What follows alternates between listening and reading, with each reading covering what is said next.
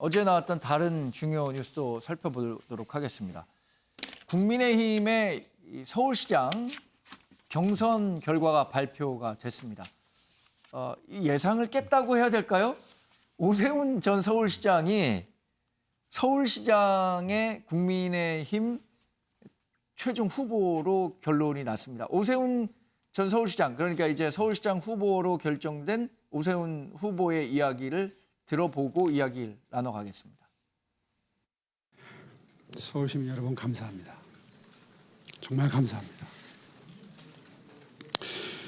사실 지난 10년 동안 많이 죄송했습니다. 임기를 다 마치지 못한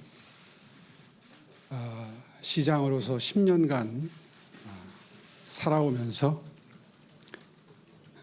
그 죄책감, 또 자책감,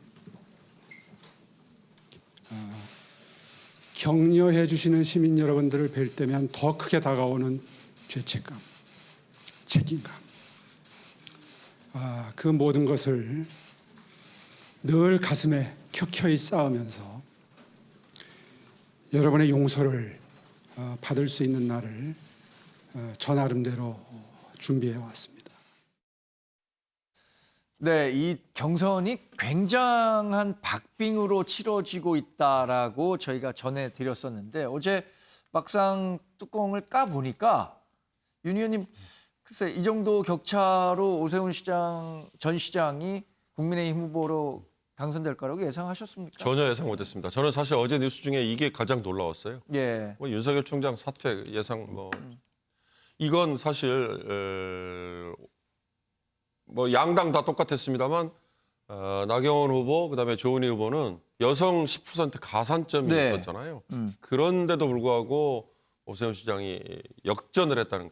처음에는 오세훈 전 시장이 나경원 전 시장이 나경원 후보보다 더 앞선다고 그랬죠. 네. 그러다가 점점 여론조사가 나올 때마다 나경원 후보가 오히려 더 앞질렀다 이랬으니까 10년 전에 했던 게 별로 먹히지 않는구나. 그리고 저는 토론회를 볼 때마다 오세훈 시장은 굉장히 신중하고 보수적으로 그러니까 1년 3개월 그다음에 다시 또 재도전 있지만 그 1년 3개월의 실현 가능성 위주의 정책을 내놨다라는 느낌이 들었는데 나경원 후보는 오히려 굉장히 추상적이라고 얘기해야 될까요? 아니면 좀 들떠있는 그런 정책을 내놨다. 이런 것도 좀 제가 보기엔 두 사람의 차이였던 거 아닌가 싶고요. 네. 이제 어느 신문은 이 중도를 오히려 더 선택했다. 네. 나경원 후보가 지나치게 오른쪽으로 가는 거에 대해서 제동을 걸었다. 이렇게 분석을 하는데 그것도 저는 어느 정도는 네. 설득력이 있다. 효과가 맞는 분석이다라는 생각이 들고요. 예. 아마 나경원 후보 쪽에서는 졌으니까 별로 할 말은 없을 겁니다만 역선택 얘기를 할 겁니다. 네. 이게 100% 시민 여론조사이기 때문에 정작 국민의힘을 지지하는 유권자가 아닌데 네. 참여해서 이쪽 오히려 그러니까 자기들이 상대하기 쉬운 후보를 네. 골랐다. 이런 논리를 펼 텐데 자고로 역대 선거에서 미국 선거도요. 역선택이라는 건 논리적으로는 맞습니다만 실제로는 거의 작용하지 못한다. 그래서 그런 건 그렇게 큰 설득력을 얻기 어렵다 말씀드리고 싶습니다. 말씀하신 것처럼 중도 표심이 서울에서는 오세훈 전 서울시장을 그리고 또 부산에서는 박형준 전 수석을 선택했다라고 평가를 하고 있습니다. 중앙일보 8면 기사를 보면요. 관련해서 좀 실었는데 나경원, 이현주 탈락 소식에 대해서 과도한 보수 색채에 거리 두기를 하고 있는 유권자들의 표심이 작용했고 또 중도층의 표심이 드러난 것이라는 해석을 내놓고 있습니다. 그러니까 나경원 후보라든가 이현주 후보 같은 경우에는 보수 색채가 상당히 강한 정책들과 또 그런 이미지를 어필을 했었는데 이거보다는 비교적 좀 중도적인 메시지들을 계속해서 내놨던 후보들이 많은 선택을 받았다는 거겠죠. 그렇죠. 그러니까 당심과 민심이 좀 달랐다. 그러니까 1차 경선 때는 사실 당원들 투표로 됐잖아요. 그때 나경원 후보 같은 경우가 1위를 했습니다. 근데 지금 마지막은 100% 여론조사였거든요. 그런데 여론조사에 참여하는 분들이 사실 뭐 역선택 얘기가 나오기도 하지만 대부분은 야당 지지자들이에요. 이게 왜냐하면 여당 지지자들은 이런 과정을 들어가는 것 자체가 일종의 비용으로 생각하기 때문에 전화가 오면 끊습니다.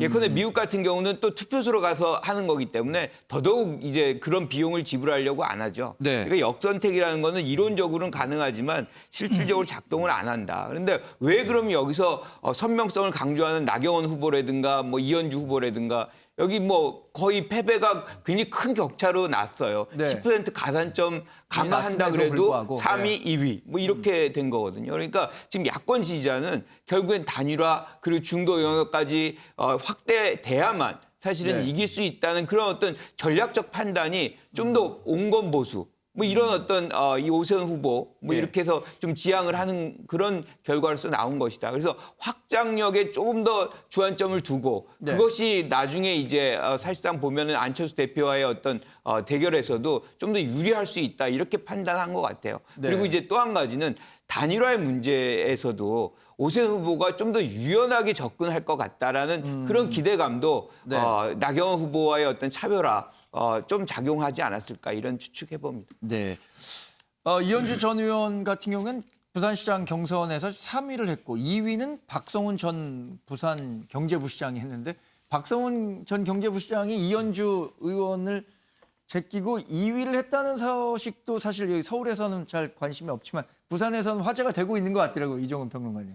예, 뭐 이제 그런 얘기가 있는데요. 그런데 이번 뭐 서울 경선도 그랬고 부산 경선도 그랬고 인물 그 비중이 역시 좀 영향을 많이 미친 것 같아요. 그러니까 박형준 후보자 같은 경우에는 초반부터 계속 앞서가는 그런 모습을 유지를 했었고 결과도 이제 그렇게 나왔다는 거고. 그리고 어찌됐건 부산 지역에서의 지명도, 인지도 순서로 좀 결정이 된 것 같은 그런 느낌이 좀 강하게 듭니다. 그리고 부산 같은 경우하고 또 서울 경선하고 또 좀 차이점도 좀 있다라고 좀 보는데요.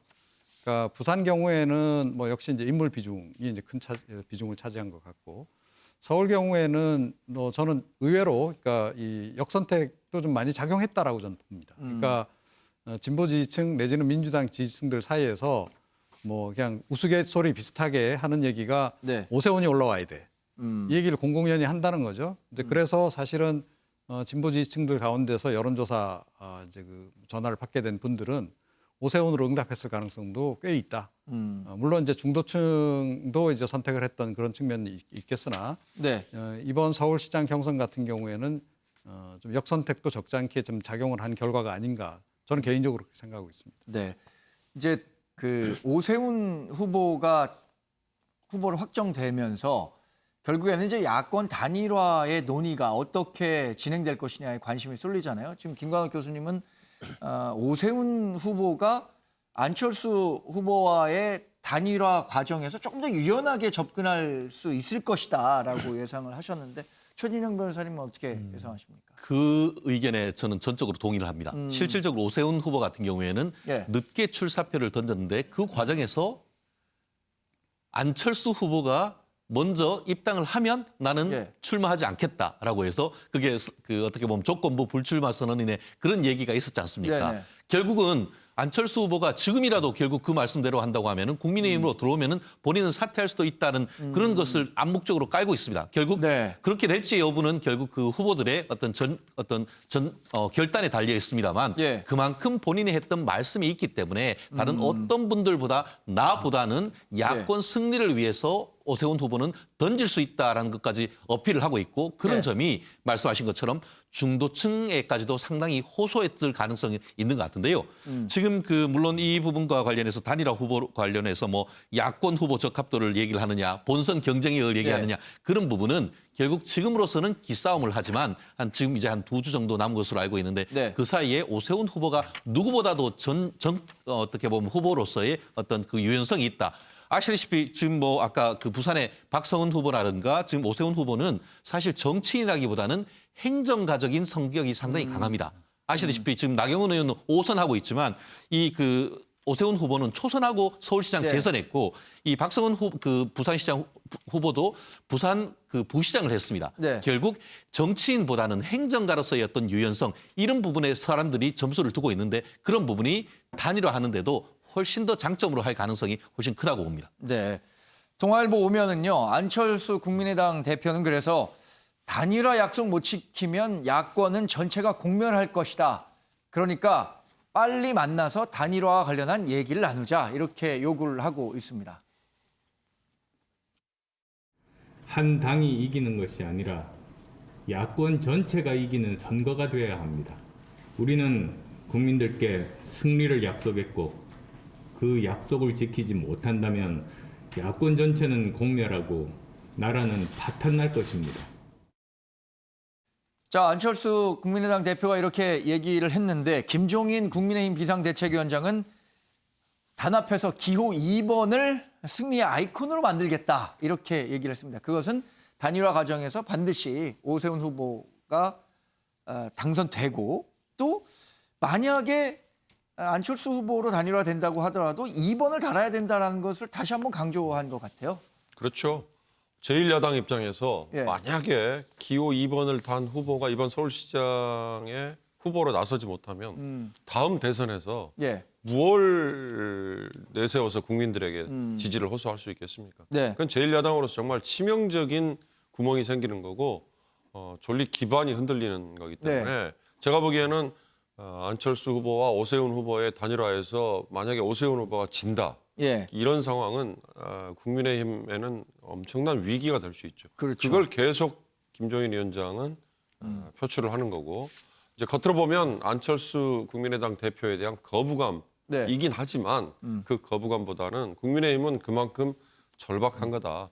문제는 이제 시점일 것 같아요. 아까 안철수 후보의 얘기 중에 빨리 하는 게 좋다 예. 뭐 이런 얘기잖아요. 지금 일정상 4월 7일 선거고 3월 18, 19일에 선관위에 후보 등록을 한단 예. 말이죠. 그 이후부터는 이제 14일간의 선거운동 기간에 돌입하니까 사실 시간이 없는 건 맞습니다. 그러나 한번 돌이켜 보면 서울하고 부산 이번에 두 군데 보궐선거를 치릅니다. 시장을 뽑는 선거입니다. 그런데 유권자들은 정작 어느 후보가 서울을 앞으로 어떻게 내 생활을 바꾸는데 정책을 가지고 있는지 잘 기억 못해요. 네. 오로지 단일화밖에 없어요. 야권이든 여권이든. 부산에 넘어가면 가덕도 이외에는 기억나는 게 없어요. 예. 사실 이게 우리 정치인들이 우리 정당들이 이번 보궐선거 시장 선거에 제대로 유권자들 국민을 시민들을 끌고 가는 건지 좀 예. 반성을 해야 될 대목이다. 전 그런 얘기를 하고 싶어요. 네. 야권뿐만 아니라 여권에서도 후보 단일화 논의가 한창 진행되고 있죠. 어제 저희 MBN을 통해서 박영선 민주당 서울시장 후보와 조정훈 시대전환 후보가 단일화를 위한 토론회를 가졌는데요. 경향신문 오면 살펴보겠습니다. 박영선 후보는 서울시 산하기관부터 주 4.5일제를 도입하겠다라는 공약을 밝혔고요. 조정훈 시대전환 후보는 주 4일제 지원센터 설치가 먼저다 이렇게 얘기를 하고 있습니다. 논의를 보니까 이제 뭐 4차 산업혁명 시대나 이런 것들을 맞아서 일자리가 굉장히 줄어들고 있고 뭐 주 5일 근무제나 52일 근무제가 정착된 이후에 다시 주 4일 근무라든가 4.5일 제도라는 새로운 화두가 서울시장 선거에 등장한 느낌입니다.